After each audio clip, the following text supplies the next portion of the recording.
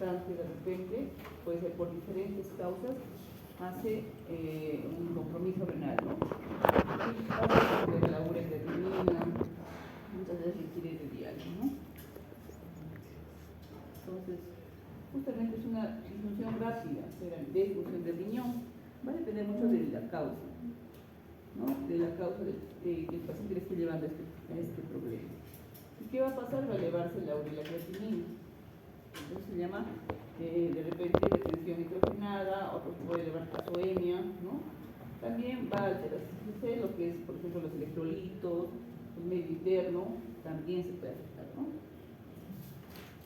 Entonces sabemos que el riñón tiene que ver mucho con el medio interno, ¿cierto?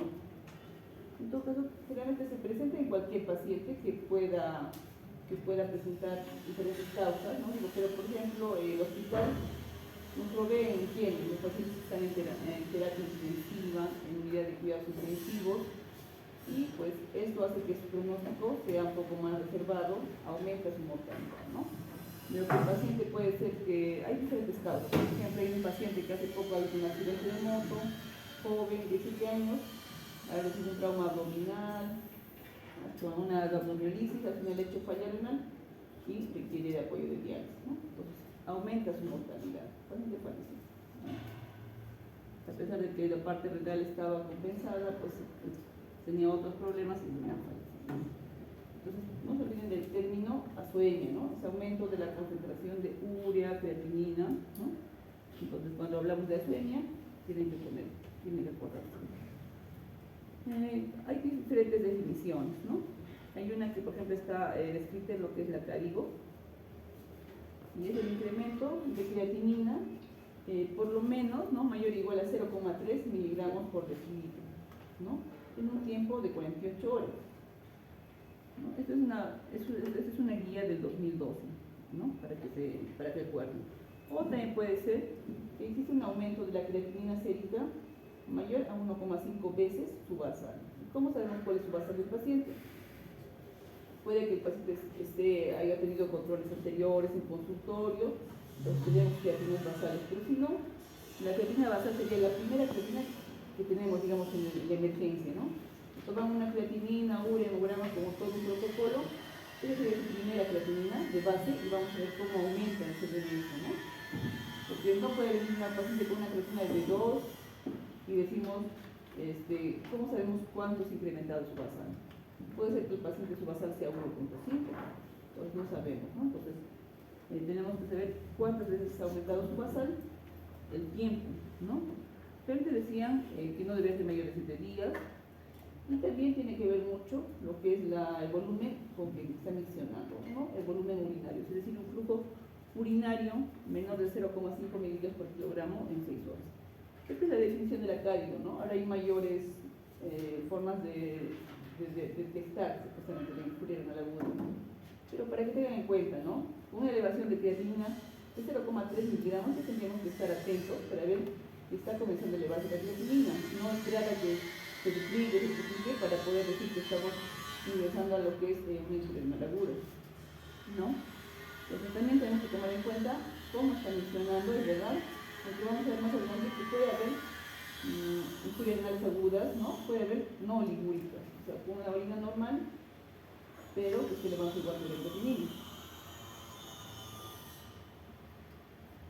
¿no? O sea, entonces hay diferentes consensos, hay nuevos consensos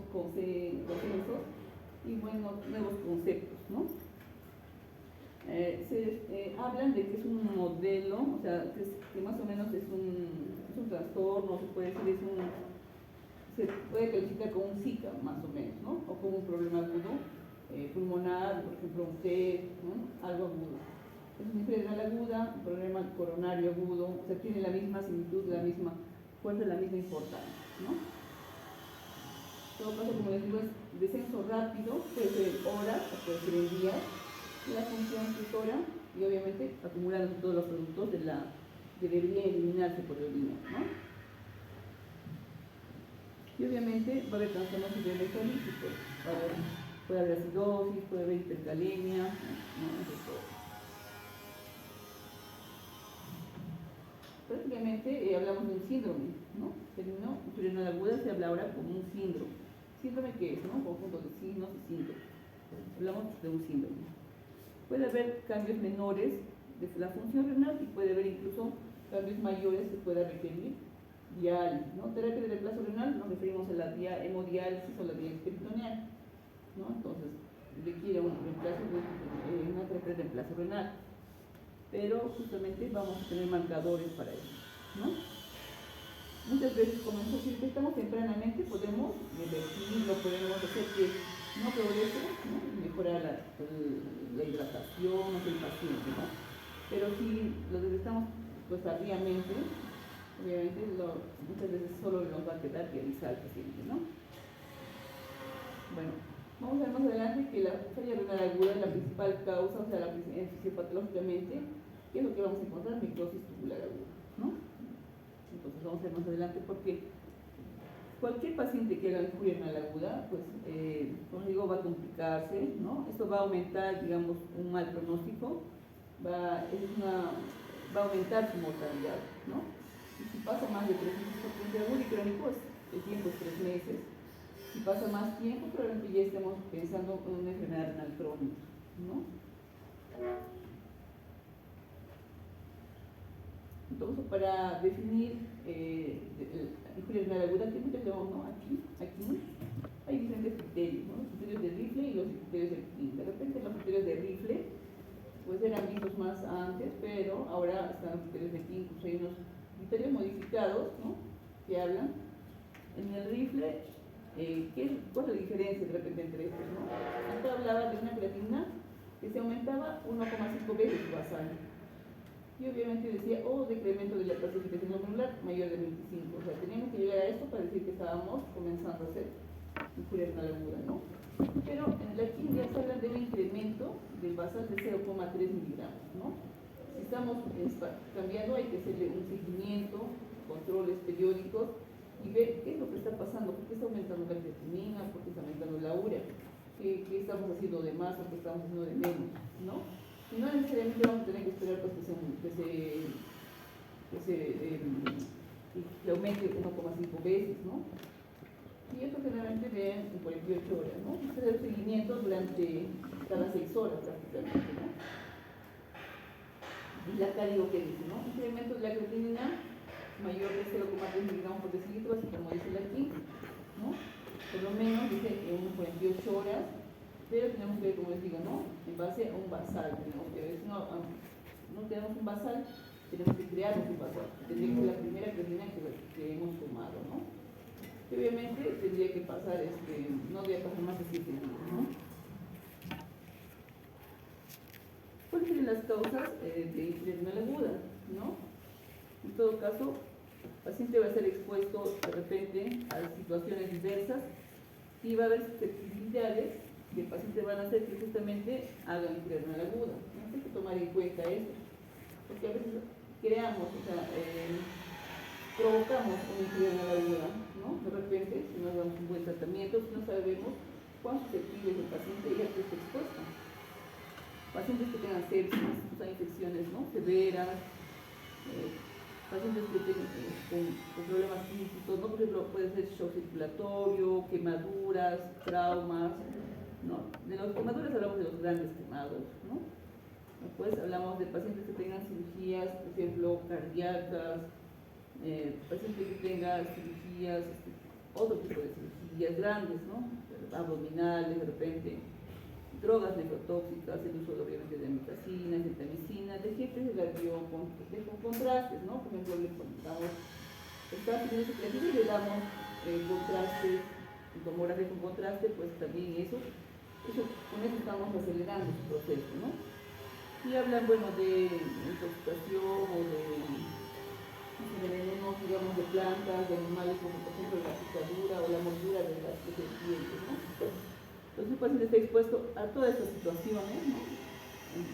Que son las principales de repente. Obviamente, el paciente es susceptible a insuficiencia renal aguda. Por ejemplo, los pacientes que vienen por emergencia definiendo vómitos, náuseas, depresión de volumen, ¿no? Encontramos el examen al paciente hipotenso, taquicárdico, con signos de deshidratación. Lo primero que tenía que poner es una reposición de volumen, pues muchas veces no lo reponemos, no le ponemos cloruro siquiera, el paciente no tolera, sigue vomitando y le damos vía oral, no, o sea, sabemos que ese paciente se va a deshidratar, ¿no? Va a hacer depresión de volumen y al final va a ser una laguna, ¿no? La edad avanzada, pacientes que sabemos que a partir de los 65 años los pacientes comienzan a disminuir su tasa de filtración glomerular solo por la edad, tenemos que tener cuidado, pues, ¿no? En este paciente no le vamos, y además estaría expuesto, digamos, a una sepsis, a foco pulmonar, no sé, pues es un paciente que nos puede llevar a ser un fibromialgia aguda. Tenemos que tener en cuenta pues, los medicamentos que le damos, la hidratación que le damos, ¿no? qué comorbilidades tiene, entre otros. Hablan del género femenino. La verdad, el género, yo veo más varones que mujeres, pero bueno, hablan que el género femenino es más susceptible de hacer falla renal aguda, ¿no? La raza negra también. Acá hablan de enfermedad renal crónica, ¿no? Algún grado de enfermedad renal crónica de repente. Eso de repente lo podríamos llamar enfermedad renal crónica regularizada. Muchas veces seguro han escuchado. ¿Qué sería una enfermedad crónica regularizada, no? Un paciente, digamos, diabético que tenga algún grado de enfermedad renal, que esté pues con una creatina ya un poco alta, que tenga un grado de enfermedad renal, digamos, estadio 2, y ese paciente pues hace una infección severa o se deshidrata por alguna razón y puede hacer que su ureacritina se eleve, ¿no? Entonces, eso se llamaría enfermedad renal crónica regularizada. Es como una enfermedad renal aguda agregada a una enfermedad renal crónica regularizada, ¿no? Pacientes que tengan problemas crónicos de pulmón, de hígado, de corazón, ¿no? Problemas cardíacos, pues también son susceptibles a hacer infuria renal aguda y además lo exponemos de repente a diferentes situaciones, ¿no? Pacientes diabéticos, hipertensos, pacientes con cáncer, pacientes con anemia. Entonces, siempre hay que ver, por eso tiene que ser una buena anamnesis, tiene que ser una buena historia clínica, tenemos que saber con qué tipo de paciente estamos, ¿no? Porque puede ser paciente agudo o un crónico reagudizado, o a muchas veces no sabemos, ¿no? Y al final resulta ser un crónico. Entonces, hay que estudiar bien a los pacientes. Bueno, modelo conceptual de la ira, ¿no? El paciente que tiene pues es normal, ¿no? Está tranquilo, puede comenzar a ver un incremento de riesgo por diferentes causas, va a comenzar obviamente a dañarse los riñones, va a disminuir la concentración glomerular, va a causar falla renal y al final puede causar hasta muerte, ¿no? Entonces, ¿dónde muchas veces lo capturamos? Cuando ya está disminuyendo la concentración glomerular o tiene falla renal, acá a veces, como les digo, no nos queda hacer mucho, nos toca solo revisarlo. Pero si lo detectamos tempranamente, pues podemos evitar de repente que progrese el infuria renal aguda, ¿no? Entonces, justamente existen ahora marcadores, ¿no? De daño renal que nos hablan de repente, nos hace ver que un paciente esté comenzando a hacer infuria renal aguda, ¿no? Y que va a llegar, digamos, a hacer falla renal y que va a necesitar diálisis. Son marcadores que existen, pues, en la actualidad, solo que no los tenemos porque cuesta caro. Aquí en Lima, acá por ejemplo tenemos cuál, ¿no? En el Enegal, hablaban del Enegal que había en algún laboratorio, también hablan del KIM1, pero no lo tenemos acá, de la opina 18, ¿no? Son marcadores de daño renal, o sea, si repetimos, este paciente va a llegar a hacer falla renal, ¿no? Entonces, nos prevemos que va a llegar a ser infuria renal aguda, ¿no?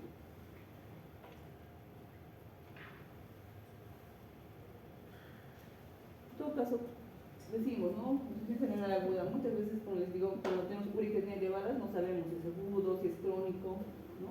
Como han visto algunos en las rotaciones, pacientes sin ningún antecedente llega con urea, creatinina elevadas, náuseas, vómitos, entonces asumimos que es un agudo primero. Pedimos exámenes, al final resulta siendo crónico, pero no sabemos. Entonces tenemos que hacer pues todo un protocolo, digamos, de enfermedad renal, ¿no? Lo primero que nos llamará la atención en emergencia, digamos, o en hospitalización, será un paciente que tiene una urea elevada, nos será interconsulta. Entonces, tendremos que ver qué está pasando, ¿no? Primero tendremos que preguntarle antecedentes, qué antecedentes tiene, puede ser que tenga una enfermedad renal, ¿no? Puede que tenga diabetes, hipertensión, puede que tenga alguna enfermedad de fondo, de repente de lupus o cualquier otra enfermedad, ¿no? Operado de algo, no tenemos que hacer, ¿no? La anamnesis primero. Luego, obviamente, tendremos que evaluar el estado de hidratación, evaluar el estado hemodinámico del paciente, ¿no? Entonces, puede obedecer varios tipos de situaciones, ¿no? Esta inferior aguda, porque hay una ASOM, supuestamente porque hay una disminución del flujo sanguíneo sin lesión isquémica, ¿no? Eso es agudo, obviamente. Hay disminuido el flujo sanguíneo, pero no hay una lesión que no esté hablando de isquemia. Si hablamos ya de isquemia, probablemente ya esté progresando la inferior aguda y también pueda llegar a ser una enfermedad renal crónica. También puede ser una lesión a nivel de los túbulos, ¿no? Lesión tubular isquémica, tóxica o obstructiva. A veces son por medicamentos, ¿no? A veces es pues por un problema, digamos, de un cálculo que está obstruyendo, algo que esté causando algo agudo, ¿no? La elevación rápida, digamos. Obstrucción urinaria, pues puede ser por un cálculo. Cuando es un paciente con hiperplasia prostática, se va a prestar paulatinamente, al final va a ser un crónico, ¿no? Pero va a prestar paulatinamente la obstrucción. Pero un cálculo va a ser algo más agudo, pues, ¿no? Va a bajar, va a venir con dolor, puede venir con hematuria, con infección urinaria, ¿no? Pero al final va a haber dolor, va a manifestarse. Y mientras no se haga la obstrucción de la vía, pues puede causarse una hidronefrosis, ¿no? Puede elevar la ureacreatinina, el otro riñón se podría estar compensando, entonces hay diferentes causas, ¿no? Diferentes situaciones de un problema agudo.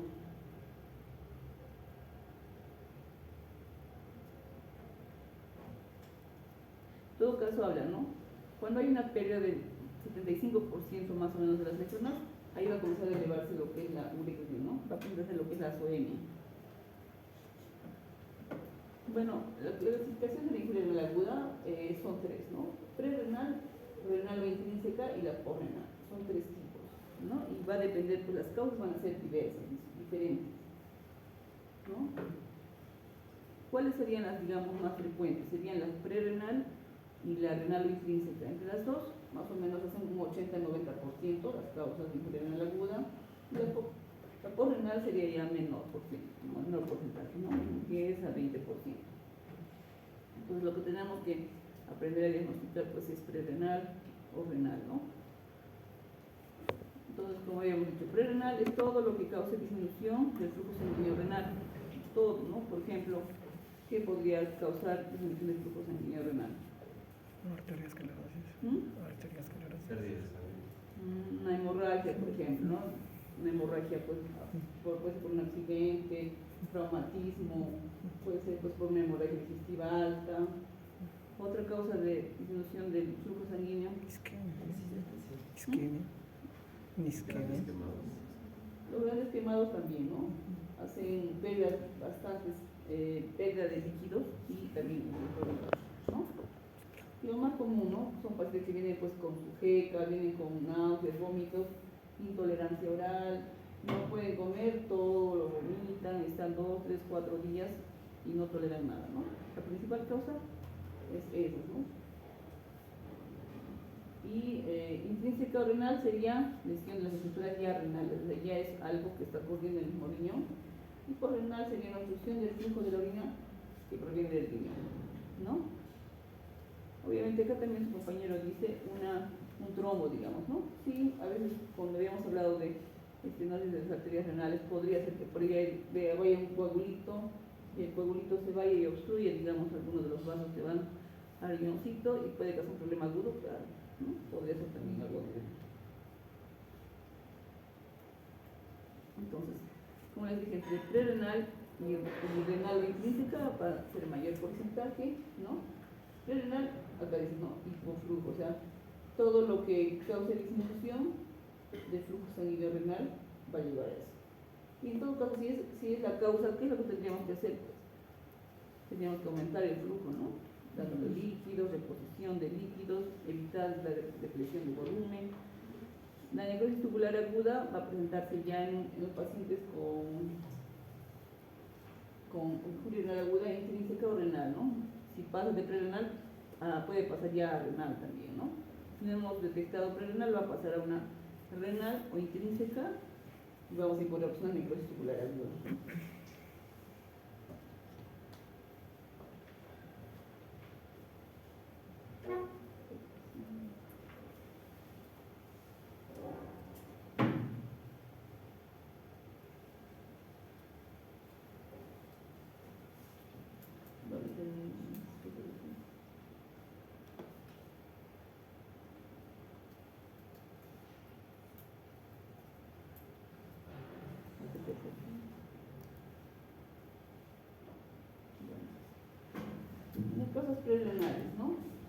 paciente pues, con una marcada disminución del flujo renal, ¿no? Realmente puede ser por una intensa vasoconstricción y compensa a la arteriola aferente renal, ¿no? La tasa de filtración glomerular va a disminuir de manera importante. La estructura y funciones de los túbulos van a estar normales, ¿no? Eso solo tiene que ver, no tiene que ver los túbulos en esta parte, ¿no? Solo los glomérulos. En todo caso, insuficiencia prerenal, en condiciones normales, dice cuánto es el gasto cardíaco, es 20 a 25%, ¿no? Sabemos, ¿no es cierto? La filtración glomerular es 20 a 25% del gasto cardíaco, ¿no? Perdón, el flujo sanguíneo renal es 20 a 25% del gasto cardíaco. Entonces, ¿qué va a pasar? Habrá una eliminación de desechos metabólicos y regular las concentraciones de líquidos y electrolitos, ¿no? Tenemos que tratar de mejorar, pues, obviamente, lo que es el gasto cardíaco, trataremos de mejorar lo que es el flujo sanguíneo renal, dándole que, pues, tratar de lograr líquidos, ¿no? Y si tiene alteración de los electrolitos, tendríamos que corregir también los electrolitos. Si se reduce el flujo o el volumen sanguíneo renal, ¿qué va a pasar? El paciente va a manifestar, pues, de repente, oligoanuria, ¿no? Puede ser que simplemente esté comenzando a disminuir la cantidad de orina y el momento llegue hasta anuria, ¿no?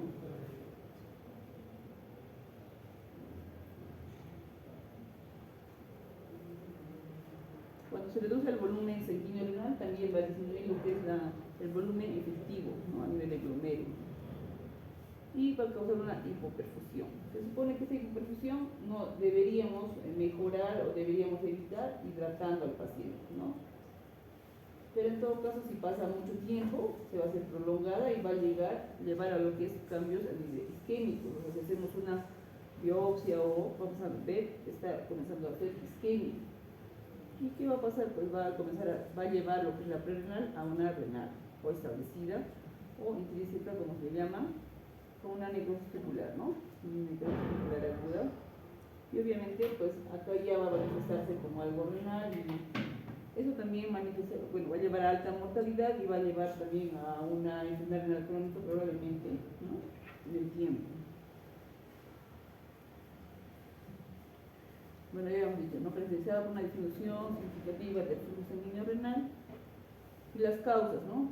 ¿Cuáles serían las causas? Reducción del volumen circulante efectivo, estado de choque, el paciente va a estar chocado, ¿no? Como dicen, está en shock.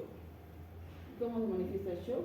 Hipotensión, frecuencia cardíaca elevada, ¿no? Taquicárdico, está en shock el paciente. Puede ser, pues, digamos, por pérdidas, por ejemplo, de líquido, tendremos que dar volumen líquido. Si es de sangre, por pérdidas de sangre, hemorragias, tendremos que dar sangre también, ¿no? Bueno, igual tenemos que dar volumen y sangre, ¿no? Pacientes que tengan insuficiencia cardíaca descompensada también van a ser insuficiencia renal aguda prerenal, ¿no?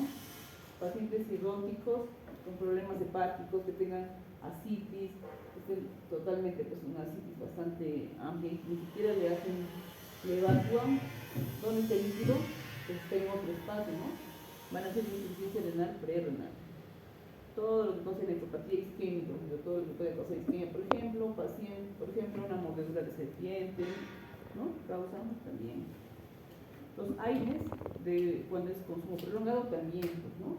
También van a causar insuficiencia renal prerenal. Y los inhibidores de la YECA, por ejemplo, los YECA, los inhibidores de la angiotensina 2, también, ¿no? Entonces, por ejemplo, si un paciente está con fiebre renal aguda prerenal, deberíamos evitar darle esos medicamentos que podrían empeorar, ¿no? Su estado, debemos darle otros medicamentos.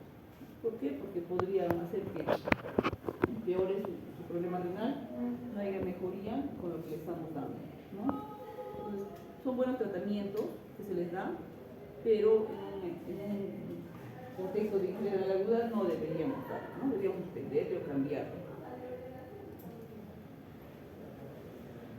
Y también, como digo, pues, ¿no? El paciente está con fiebre renal aguda, no sabemos la causa, parece una lesión a nivel abdominal, le pone el contraste y empeoramos, ¿no? Empeoramos el pronóstico del paciente. conductores intrarrenales inducen hipoperfusión glomerular y insuficiencia prerenal, ¿no?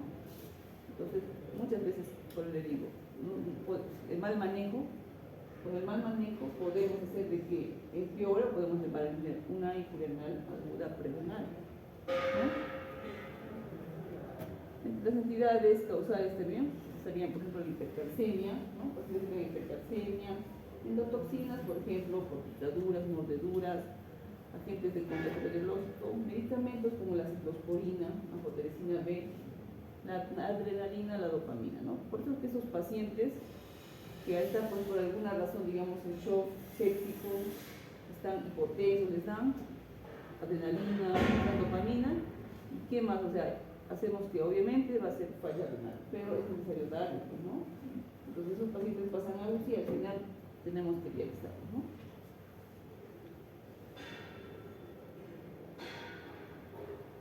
Como digo, los fármacos, dentro de estos serían los YECAS, ¿no? También prostaglandinas, los AINES, en todo caso, también nos pueden llevar a una renal aguda prerenal o empeorar esta, ¿no? Porque van a comprometer los mecanismos renales de adaptación y van a hacer que haya una hipoperfusión, ¿no? A nivel renal y obviamente va a llegar a la insuficiencia renal aguda. Bueno, después de la prerenal tenemos la porrenal, ¿no? Porrenal es todo lo que pasa después del riñón. Se produce por obstrucción de la salida de la orina, obviamente. ¿Y cuál es una de las causas de repente que seguramente empieza a hacer rotación? En varones, ¿no? Problemas de próstata del paciente, ¿no? Al inicio será agudo, pues, pero si sigue pasando el tiempo y no es tratado, lo que era agudo se va a volver crónico, ¿no?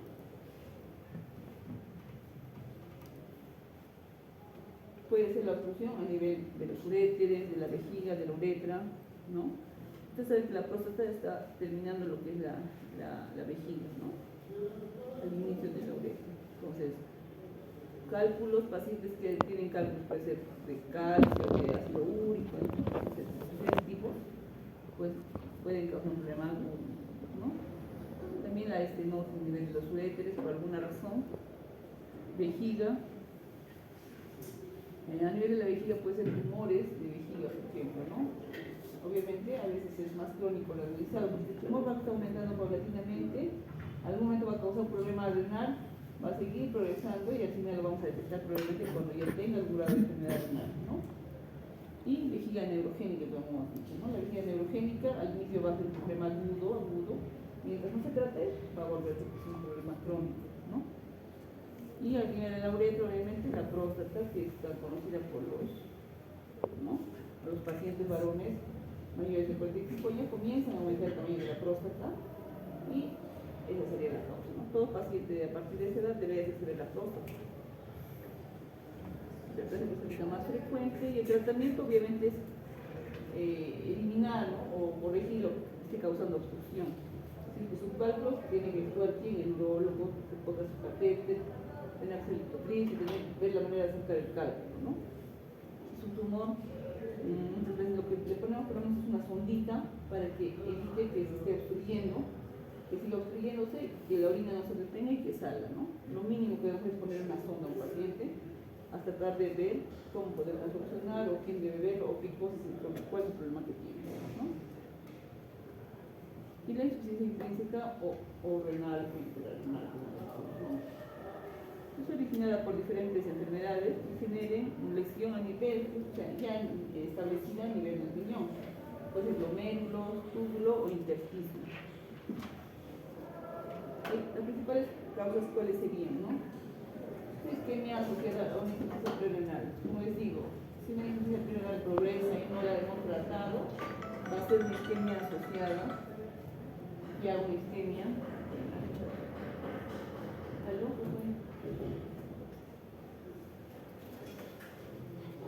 ¿Cómo que teníamos esto? ¿Teníamos esto, está bien?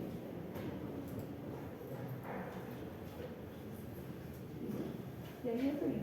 Ya está bien, ya estoy bien. Anda nomás. Ya anda. Ya anda nomás. Ya anda nomás. Ya, entonces, la prerrenal puede progresar y hacer que ya haya una establecida renal, ¿no? Dato sería una isquemia, ¿no? A nivel de estructuras tubulares, cualquier causa a nivel de los túbulos, obstrucción intratubular, glomerulonefritis aguda. Las glomerulonefritis, que cuando son estudiadas, pues causan previa aguda prerrenal, ¿no? Perdón, renal establecida, ¿no? Las pilonefritis agudas, presentes con infecciones urinarias, esa repetición, imagínense, cada vez que hay una infección urinaria, pilonefritis, es como cicatrices a nivel de los riñones, van a llevar a la larga a problemas de enfermedad renal crónica, ¿no? Y obviamente, los túbulos que va a causar todo esto se va a ver como una necrosis tubular aguda, ¿no?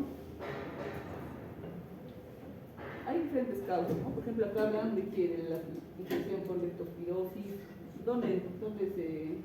¿qué es la leptospirosis? ¿Dónde se encuentra? ¿Qué es? Es una bacteria, ¿no? Que se encuentra en la orina, hablan, bueno, que es transmitida por los roedores, la bacteria, ¿no? Entonces hablan de infección por leptospirosis.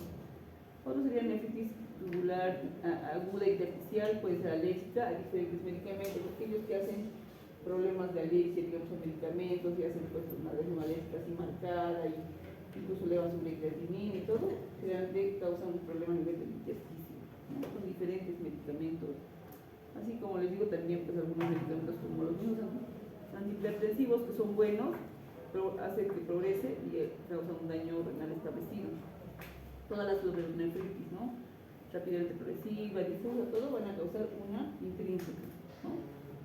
Nefroesclerosis hipertensiva, ¿no? Que es normalmente lo que causa aquí, hipertensión arterial, entonces también puede pasar acá. Ateroembolismo por colesterol, lo que decían sus compañeros, ¿no? A veces un cálculo, perdón, un trombo, pues el colesterol, o simplemente por un proceso, un coagulito que se fue, va a causar, ¿no? También una obstrucción, ¿no? A nivel doble pasivo. Síndrome urémico hemolítico, que generalmente se ve más en los niños, ¿no?